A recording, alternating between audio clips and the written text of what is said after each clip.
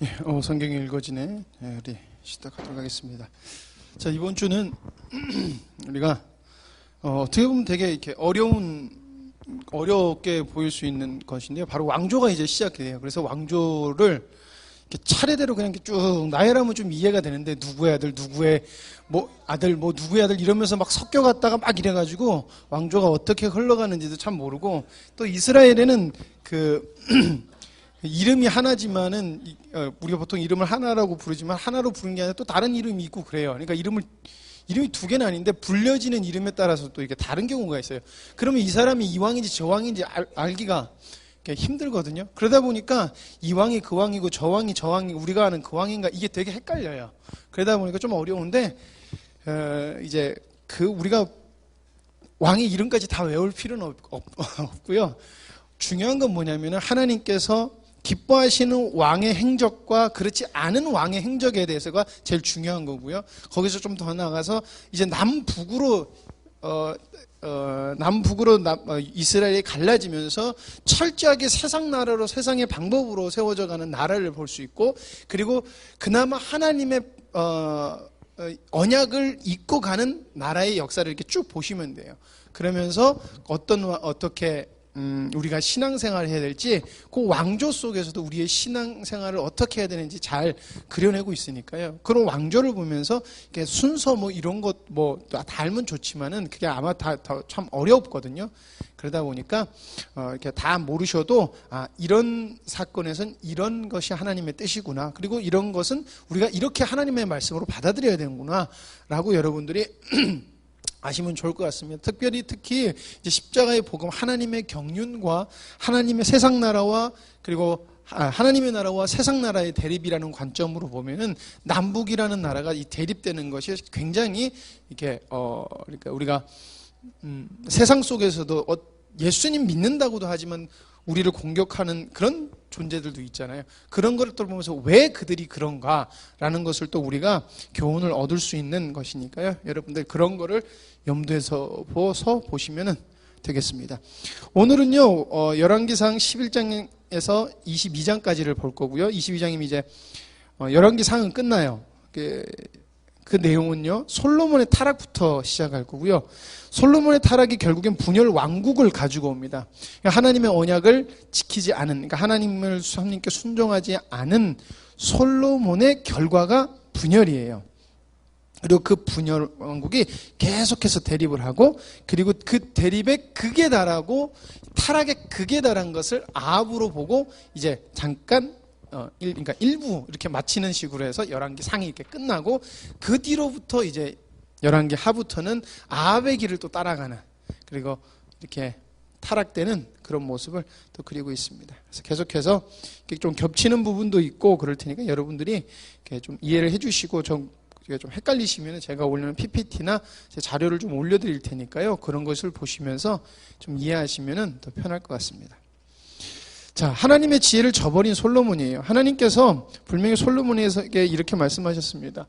저에게 이르시되 내가 내 앞에서 기도하며 간구함을 내가 들었은즉 내가 너희 건축한 이 전을 거룩하게 구별하여 나의 이름을 영영히 그곳에 두며 나의 눈과 나의 마음이 항상 거기 있으리니 내가 만일 내 아비 다윗의 행함같이 마음을 온전히 하고 바르게 하여 내 앞에서 행하며 내가 내게 명령한 온갖 것을 순종하여 나의 법도와 율례를 지키면 내가 내 아비 다윗에게 허하여 이르기를 이스라엘 위에 오를 사람이 내게서 끊어지지 아니하리라 한 대로 너희 이스라엘의 왕위를 영원히 견고하게 하려니와. 이게 하나님이 솔로몬이 건축을 한 다음에 하나님 앞에서 기도했을 때 하나님께서 솔로몬에게 나타나셔서 하신 말씀이에요. 지혜를 주시면서. 근데 솔로몬이 성전을 건축하고 얼마 안 있다 이제 하나님의 지혜를 버리고 세상 지혜를 쫓아서 살아가게 돼요. 만약에 그렇게 했을 때 하나님께서 내가 이렇게 하리라라고 솔로몬에게 말씀해 주십니다. 6절부터 만일 내가 너희의 자손이 아주 돌아서서 나를 따르지 아니하며 내가 너희 앞에 둔 나의 계명과 법도를 지키지 아니하고 내가 가서 다른 신을 섬겨 그것을 경배하면 내가 이스라엘을 내가 그들에게 준 땅에서 끊어버릴 것이요 내 이름을 위하여 내가 거룩하게 구별한 이 성전이라도 내 앞에서 던져버리니 이스라엘은 모든 민족 가운데서 속담거리와 이야기거리가 될 것이며 이 성전이 높을지라도 지나가는 자마다 놀라며 비웃어 이르되 여호와께서 무슨 까닭으로 이 땅과 이 성전이 이같이 행하셨는고 하면 대답하기를 그들이 그들의 조상들을 애굽 땅에서 인도하여 내신 그들의 하나님 여호와를 버리고 다른 신을 따라가서 그를 경배하여 섬김으로 여호와께서 이 모든 재앙을 그들에게 내리심이라 하리라 하셨더라라는 것입니다. 근데 이것이 바로 솔로몬의 때에서 이것이 실행이 되기 시작하는 거예요. 그러니까 솔로몬은 자기는 느끼지 자기도 느끼긴 느꼈어요. 그러니까 시작은 솔로몬 때 됐지만은 결과적으로 눈에 확 띄게 이게 실행이 된 것은 르호보암 때 가서 실행이 됐지만 분명히 하나님께서 솔로몬에게 네가 나를 순종하면 너를 대적할 자가 없을 거야 라고 말씀하셨고, 근데 만약 네가 그렇지 않으면은 너를 대적할 자들이 계속해서 일어날 것이고 네 왕위가 나중에 끝일 것이고 내가 약속한 것이라도 나는 너의 성전에서 잊지 아니할 거야 라고 하나님께서 분명히 말씀을 하셨다는 것입니다. 솔로몬이 나중에 성전을 건축하고 이제 세상의 방법을 이제 도입하는데 그것 중에 하나가 바로 이방 여인을 취한 것이에요. 그냥 단순히 여자를 좋아해서 취한 게 아니라 다른 나라 화친을 맺기 위해서 청약 결혼을 한 거예요. 그러니까 그 많은 700명이나 되는 철을 뒀다는 것은 그만큼 많은 연결고리로 연결이 되어 있다는 거예요. 우리도 저게 조선시대나 아니면은 뭐 신라시대나 뭐 이런 우리나라 보면은 화친을 맺기 위해서 서로 결혼을 시켜요. 왜냐하면 쳐들어가려면은 우리 장인어른 나라에다 쳐들어갈 수 없고 아버님 나라에 이런 식으로 되는 거예요. 그래서 전쟁을 막는 방법을 솔로몬은 어떻게 썼다? 이방 나라 여인들을 취함으로 그것을 만들었다는 거예요. 그리고 그 국방을 강화시켰다는 것입니다. 자, 근데 문제는 이방 여인을 데리고 왔기 때문에 이방 여인들이 종교를 타협하고 들어온 게 아니라 종교를 내려놓고 온 게 아니라 그들의 종교를 그대로 들고 들어와요. 그대로 들고 왔는데 분양할 곳이 없으니까 결국엔 누구에게 얘기해요? 남편이 왕한테 얘기하는 거예요. 우리나라에서 내가 이렇게 섬겼는데 화친을 맺으려면 져줘야 되지 않겠냐? 나에게 나의 신을 절할 수 있는 신당, 산당 이런 것들을 져줘라. 신전을 줘줘라. 그래서 솔로몬이 짓기 시작하는 거예요. 막 짓기. 그러니까 신마다 짓게 되는 거예요. 그리고 거기서 이방 신만 섬기게 했으면 되는데 자기도 가서 그 이방 신상 앞에서 분향을 하는 이 하나님과 우상을 동시에 섬기는 일을 솔로몬이 시작했다는 거예요. 그러니까 어떻게 보면 여기서 성경에서 계속 나오면 누구의 죄인데 여로보암의 죄라는 말을 많이 쓰거든요. 여로보암의 집에 이런 말을 쓰는데 결국 이거에 대한 시발점과 원인을 제공한 사람은 솔로몬이라는 거예요. 그러니까 어떻게 보면 솔로몬이 굉장히 악한 왕이었다라는 것을 우리가 알 수가 있습니다. 자, 그리고 하나님께서 말씀하신 것을 솔로몬이 순종하지 않아요. 여러분, 우리가 잘못하다가도 그러니까 애들이 있잖아요. 애들이 뭘 하다가 우리가 말짓한다고 그러잖아요. 말짓을 막 하고 있다가 아빠가 하지 마라 그러면요, 우리 애정이가 눈치를 쓱 봐요. 그리고 또 아빠가 싹 가는 것 같다 그러면 또 아빠가 딱 가서 싹 말짓해요. 근데 두 번째 제가 목소리를 좀 더 하지 마 그러면요, 내가 당장에 그것을 탁 이렇게 집어던져요. 우리 예성이는 딱 집어서 안 했다 이런 식으로 집어던져요. 움찔하고 안 할 만도 한데 솔로몬이 살아있을 동안에 하나님께서, 그러니까 솔로몬에게 벌을 내리시기로 작정하시기 전에 하나님께서 두 번의 생전에 나타나셔서 솔로몬에게 너 그렇게 하면 안 돼 라고 말씀을 하세요. 솔로몬이 마음을 돌려 이스라엘의 하나님 여호와를 떠남으로 여호와께서 그에게 진노하시니라. 여호와께서 일찍이 두 번이나 그에게 나타나시고 이 일에 대하여 명령하사 다른 신을 따르지 말라 하셨으나 그가 여호와의 명령을 지키지 않았으므로 여호와께서 솔로몬에게 말씀하시되 내가 이러한 일을 일이 있었고 또 내가 내 언약과 내가 내게 명령한 법도를 지키지 아니하였으니 내가 반드시 이 나라를 내게서 빼앗아 내 신하에게 주리라. 그러니까 하나님의 말씀을 그대로 이행하신다는 거예요. 오늘 오전 말씀에 보면 솔로몬이 어떻게 보면 넓은 길을 선택한 거예요. 넓은 길을 선택한 거예요. 왜냐하면 편하거든요. 그렇게 되면은. 더 국방에 신경 안 써도 되고 경제적인 그쪽으로 안 나가도 되고 전쟁을 안 해도 되고 전쟁이라는 건 굉장히 여러분 피곤하고 굉장히 힘든 거거든요. 그런 것들을 피할 수 있는 방법, 아주 편한 방법을 선택한 게 화친. 그래서 결혼한. 700명이라더니 어마어마한 거잖아요. 그렇게 세상이랑 아주 넓게 포용적으로 세상과 타협했다는 거예요. 근데 하나님께서 그러지 말라고 2번이나 말씀하셨다는 거예요. 그래서 이방신을 섬기지 마라. 그래서 결국에는 어떻게 했냐면 솔로몬 살아생전에 대적들이 자꾸 등장을 해요. 계속해서 반역을 해요.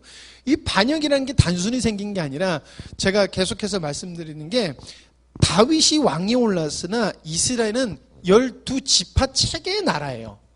그렇기 때문에 지파의 그러니까 우리나라 백제도 그러니까 귀족들이 모였고 그 위에 왕이 있었던 거잖아요. 그러니까 귀족을 다스리지 못하면은 잘 다스리지 못했던 것처럼 약간 이스라엘도 그런 형태였어요. 그냥 10지파에서 계속 불만이 있는 거예요. 왜 그러냐면은 계속해서 유다와 그리고 유다에게 계속해서 권력이 쏠리는 거예요. 점점 쏠리는 거예요. 권력이나 힘이나 부가 쏠리니까 10지파에서 불만이 많은 거예요. 계속해서 왜 유다 쪽만 계속해서 부가 쌓이냐 이런 불만들이 이 솔로몬 당시 때 굉장히 강하게 있었어요. 그러다 보니까 10지파에서 계속해서 뭘 하냐면은 반란을 일으키고 대적들이 등장하게 돼요.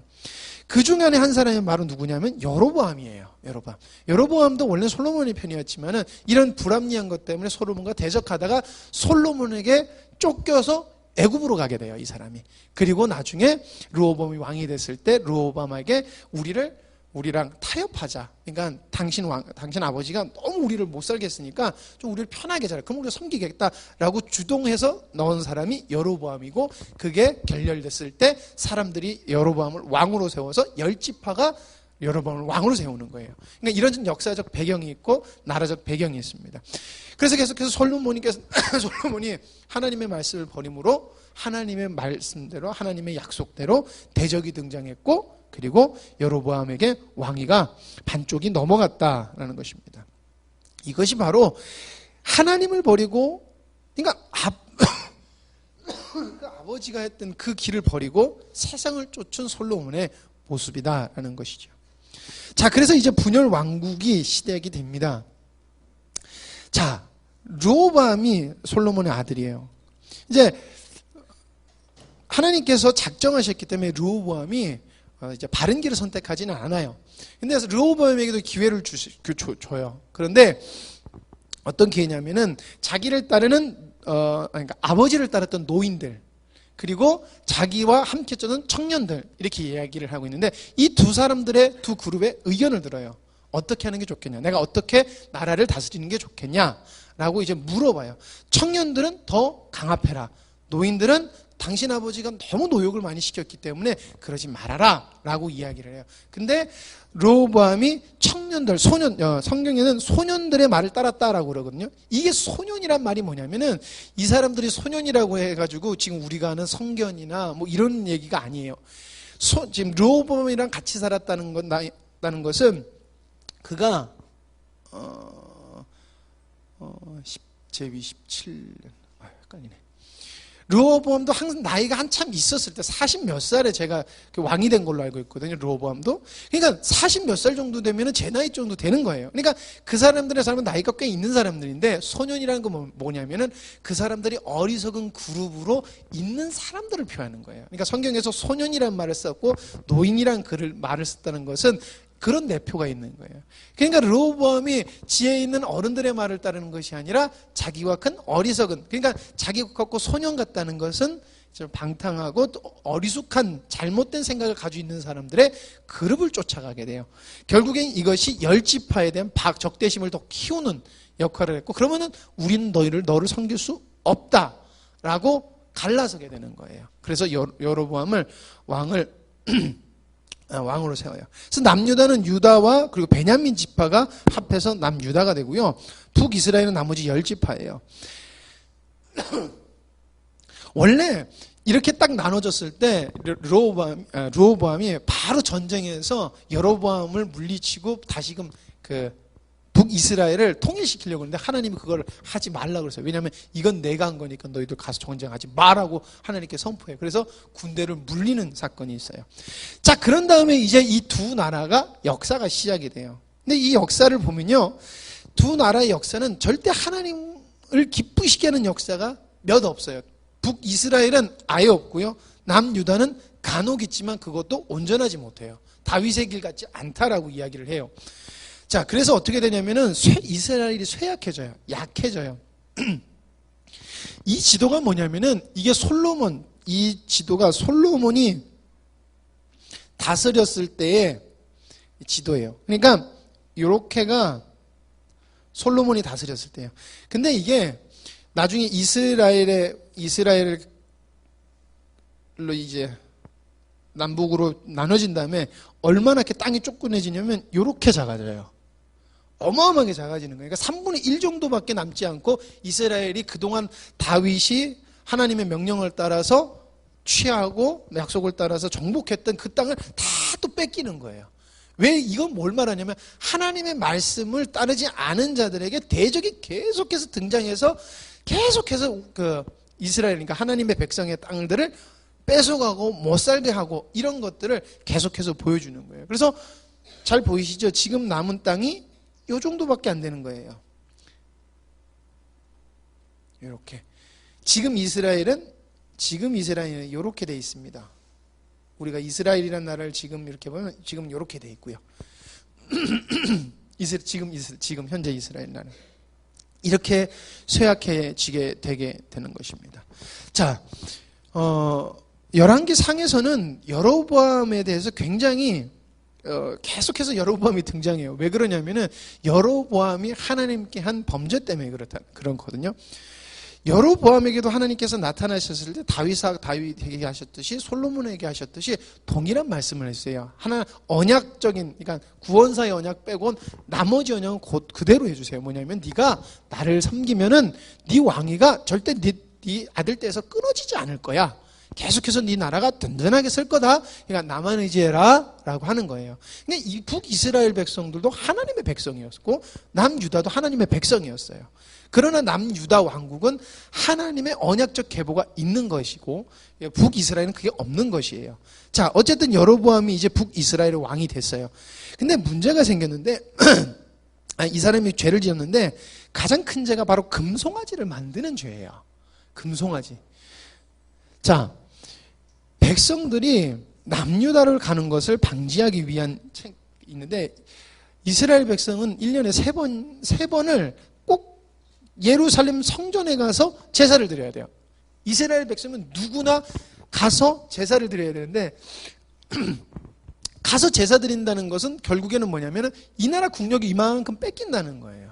그리고 사람들이 마음이 계속해서 예루살렘을 향해 보게 되면 예루살렘은 누가 있는 거예요? 지금 자기 원수된 르호보암과 북쪽 왕국이 있는 곳이기 때문에 계속해서 그것이 마음에 불편한 거예요. 그리고 그것이 이제 막 생각이 거슬리는 거예요. 그래서 생각하는 것이 바로 금송아지를 만드는데 금송아지를 만들어서 이렇게 내려가는 것을 막기 위해서 하는 정책을 피는데 그게 바로 금송아지를 만드는 거예요. 아하, 내가 금송아지 만든 단을 내가 사진을 다운받아 놓고 내가 안 넣었구나. 내가 다음 주에 보여드릴게요. 자, 금송아지를 만들어서 어디 두냐면요. 여기 두고 돼요. 그러니까 북단, 남단 끝끝에 해가지고 딱 2개를 두는 거예요. 그래서 1년에 제사 때 가서 너희들 제사 드려. 이런 식으로 가는 거예요. 그래서 북쪽의 인구가 밑으로 유입을 되는 것을 막는 것이에요. 그리고 또 한 게 뭐냐면 산당을 지어서요. 보통 사람들도 제사를 지낼 수 있도록 한 거예요. 제사는 무조건 누가 져야 돼요? 레위 지파가 져야 돼요. 근데 그렇지 않고 산당을 지어서 산당을 만들어서 거기다가 이제 아무나 보통 사람이라도 아무나 제사 지낼 수 있도록 허용한 거예요. 그래서 하나님의 말씀을 따르지 않았고요. 그리고 다른 절기를 만들어요. 왜냐면은 예루살렘을 안 가는데 예루살렘에 안 가는 것과 같은 비슷한 절기를 만들어야지 이게 이스라엘 사람들도 이스라엘 백성들도 허용할 수 있을 거 아니에요. 완전히 다른 절기를 이렇게 색다른 절기를 만들어 버리면 안 되니까. 이런 식으로 해가지고 금송아지를 만들어서 이스라엘 백성들을 현혹해요. 자, 근데 이걸 보면은 이때 여로보암이 이스라엘 백성들에게 했던 말이 되게 재밌는 게 뭐냐면요. 하나님께서도 말씀하셨던 것이 뭐냐면은 하나님은 늘 이스라엘 백성들에게 말할 때 당신을 누구라고 이야기하냐면은 나는 너희를 애굽 땅에서 구원한 여호와다 이 말씀을 꼭 하세요. 그러니까 너희의 구원자가 내가 오로지 내가 참된 하나님이라는 것을 말씀하시는 거예요. 근데 여로보암이 금송아지를 만들고 이스라엘 백성들에게 뭐라고 북이스라엘 백성들에게 말한 것이 이 금송아지가 바로 너희를 구한 여호와다라고 이야기를 해요. 이걸 누가 했죠? 누가 했잖아요. 출애굽기 때 아론이 했잖아요. 아론이 한 거와 동일하게 이렇게 하는 죄를 하는 거예요. 그래서 결국에 이것이 이스라엘 백성들 앞에 뿌리 깊이 들어가가지고 이스라엘 백성들을 망하는 길로 인도하는 여로보암의 집의 죄가 되고 그래서 여로보암의 죄, 여로보암의 집을 따라 이런 식으로 많이 나오는 것을 이제 우리가 열왕기상과 열왕기서를 볼 때마다 알게 되는 것입니다. 자, 그리고 또 이제 뭐가 되냐면은 뭐를 보냐면은 하나 더. 여로보암을 따라서 북쪽안들은 계속해서 여로보암의 길을 가요. 여로보암도 나중에 자기 아들 때에서 반란이 일어나서 자기 아들이 죽고 다른 왕조가 생기는데 결국 그건 뭐냐면은 솔로몬과 똑같은 거예요. 하나님의 말을 듣지 않았을 때 그 다음에서 죽임을 당하고 왕조가 바뀌는 거예요. 그러니까 결국에는 하나님의 말씀을 따르면 되지만은 그러니까 하나님이 여로보암 왕조가 잘못했으니까 네가 가서 여로보암의 아들 나답을 처치하고 네가 왕이 돼라고 바사에게 이야기해요. 그럼 여러분들 같으면 하나님이 그렇게 해서 제가 여로보암의 아들 나답을 죽인 다음에 왕이 됐어요. 그럼 여러분 같으면 어떻게 사시겠어요? 하나님의 말씀 잘 듣고 잘 살면 좋잖아요. 근데 그러지 않고 또 어떻게 하느냐면은 똑같이 여로보암의 한 죄를 또 저질러요. 그리고 하나님이 몇 대 안 가서 또 그 가문을 쳐요. 그러면 다시 왕조가 세워요. 그럼 말 잘 들으면 되잖아요. 근데 안 그래요. 그럼 또 어떻게 해요? 여로보암이 했던 대로 똑같이 하고 여로보암이 했던 대로 똑같이 하고 이런 식으로 해요. 그래서 계속해서 여로보암의 길을 따라 이렇게 북쪽에서는 계속해서 여로보암의 길을 따라서 가고요. 유다는 그래도 다윗의 길과 다윗의 집의 길을 따르려고 간간히 애쓰는 선한 왕들이 등장을 해요. 근데 여러 가지 이제 일들을 통해서 그렇지 못한 왕들이 많이 이렇게 등장을 하지만은 그래도 하나님께서 남유다는 다윗을 따르는 다윗의 마음에 다윗과 동일하게 왕국을 다스리는 왕들을 조금씩 계속해서 등장하게 하십니다. 그래서 남유다와 북이스라엘이 이렇게 왕국이 세워져요.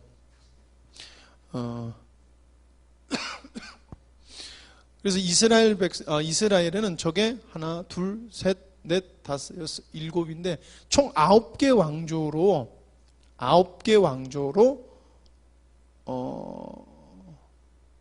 BC 722년에 사마리아에게 먼저 망해요. 그리고 한 200년 정도 흐른 뒤에 200년 정도 흐른 뒤에 이제 남유다는 망하는데 북이스라엘은 왕조가 계속 바뀌지만 유다는 바뀌지 않고 계속해서 그 왕국을 유지하면서 계속해서 와요. 이것은 결국에 하나님의 언약을 맡은 왕조라는 것을 계속해서 보여주고 있는 거예요. 그리고 아까 했던 것이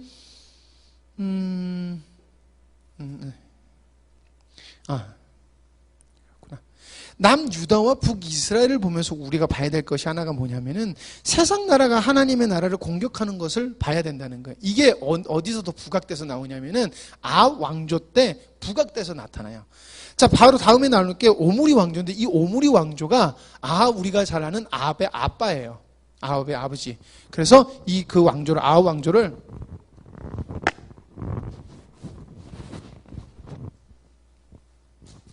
오므리 왕조라고 불러요. 이 오므리 왕조는 이스라엘 역사에 굉장히 강한 왕이었고요. 국방도 튼튼하게 했고요. 나라를 잘 살게 만들어서 끌어올린 왕조가 오므리 왕조예요. 그러니까 북이스라엘에서는 이 오므리 왕조가 괜찮은 왕조였어요.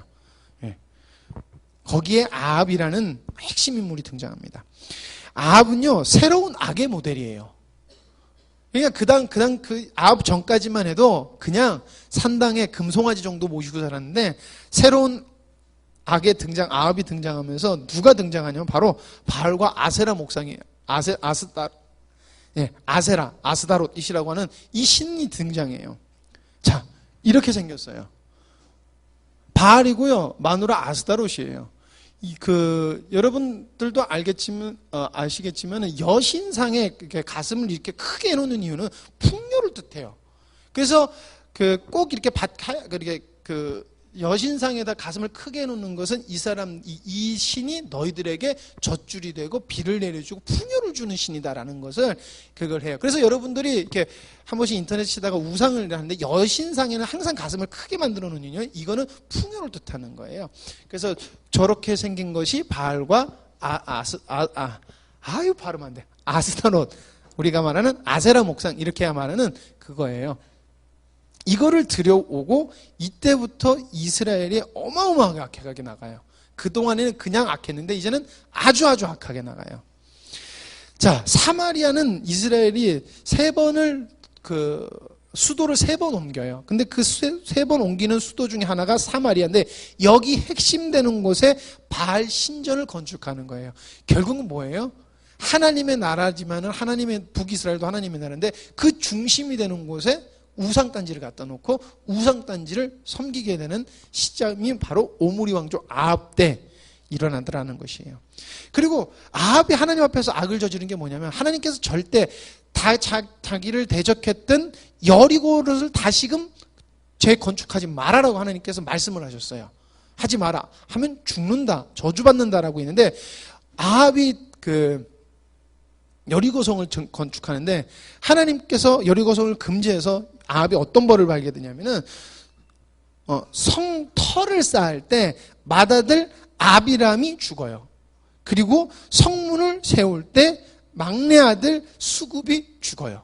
그래서 하나님의 저주를 받게 돼요. 그래서 하나님의 말씀을 듣지 않았다라는 거예요.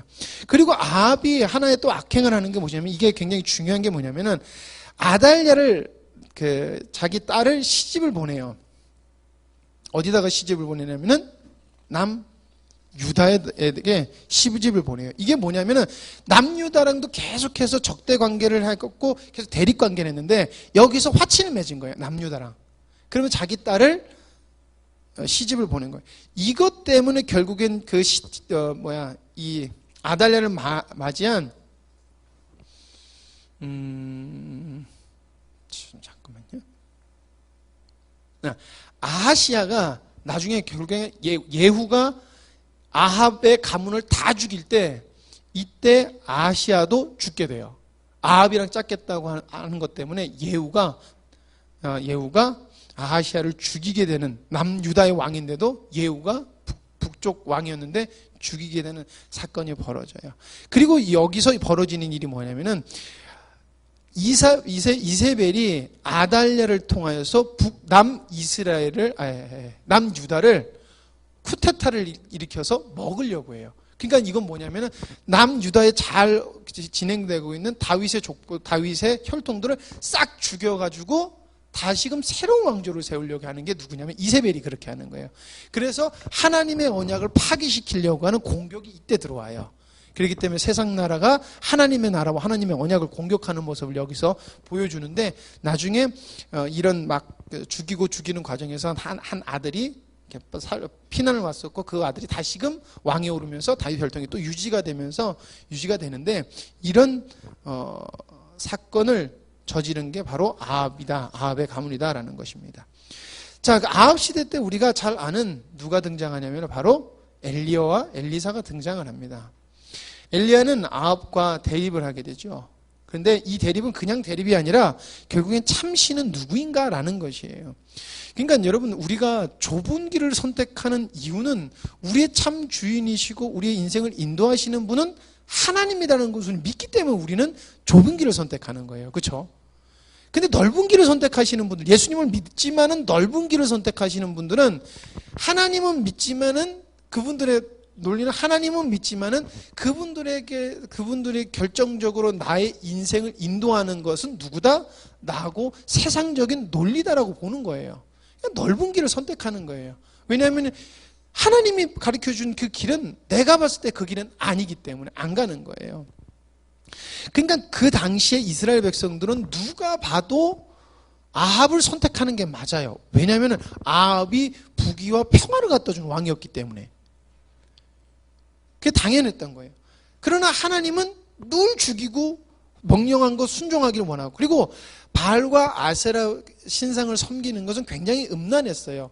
그러니까 음란하다는 것은 그들이 놀고 먹고 즐기는 것이 굉장히 그들에게 많이 퍼져 있는 그런 제사 문화였다는 거예요. 그러니까 누가 아주 경건하고 재미없는 것을 선택하려고 들겠어요. 자기에게 재미있고 축복해준다는 걸 좋아하지. 그러니까 이스라엘 백성들이 하나님을 선택한 것이 아니라 바알과 아세라를 선택한 거예요. 거기서 하나님께서 참신이 누구냐, 바로 나다라는 것을 엘리야를 통해서 보여주시는 거예요. 그래서 니들이 진짜 잘 먹고 잘 사는 게 지금 바알이 도와줘서 도와준 게 아니다. 그래서 너희들이 도와줘서 그 사람이 걔가 참신인 줄 아는데 거긴 신이 아니고 내가 진짜 신이다라는 것을 보여주는 거예요. 자, 엘리야의 얘기를 하면 엘리야가 탈진해서 이제 어디로 가죠? 모세가 있었던 시내산으로. 그래서 제가 저번에 그 사진에 여기가 엘리야의 동굴이다 해서 보여드렸었잖아요. 이제 거기로 숨어서 죽기를 기다렸던 거예요. 그러니까 어떤 사람은 엘리야가 우울증에 걸렸다 이렇게도 이야기를 하더라고요. 근데 그런 가운데 어쨌든 새 엘리야에게 하나님께서 새 사명을 주고 엘리사를 붙여주는 거예요. 그래서 다시금 새 사명을 엘리야가 받고 바톤 터치로 엘리야가 이제 이스라엘을 내 선지자로서 사명을 받게 되고 이제 엘리야는 하늘로 올라가는 일이 벌어져요. 자, 그 다음에 이루어지는 게 아합의 죽음과 왕 열왕기상의 끝이에요. 우리가 이제 열왕기상을 볼 때 어디서부터 어디로 보면 되냐면 솔로몬으로 시작해서 아합으로 끝나는 거예요. 결국에는 악의 시작점이고 결국에는 극악의 끝을 보는 거고, 그리고 열왕기상은 그 악으로 인한 그 결과가 자꾸 등장하는 것이다 라는 것을 여러분들이 보시면 되겠습니다. 제가 이 왕들을 어떻게 하면 설명을 잘 드릴 수 있을까 굉장히 고민을 많이 해서 오늘 그냥 이렇게 쭉 읽어드리려고 했는데 안 될 것 같아요. 너무 범위도 많고 사건도 많고, 그래서 제가 왕조만 따로 떼서 어떻게 쭉 이어받게 되고 그 왕의 사건은 무엇인지를 간단하게 여러분들에게 이야기식으로 해주는 게 차라리 그냥 더 편할 것 같아요.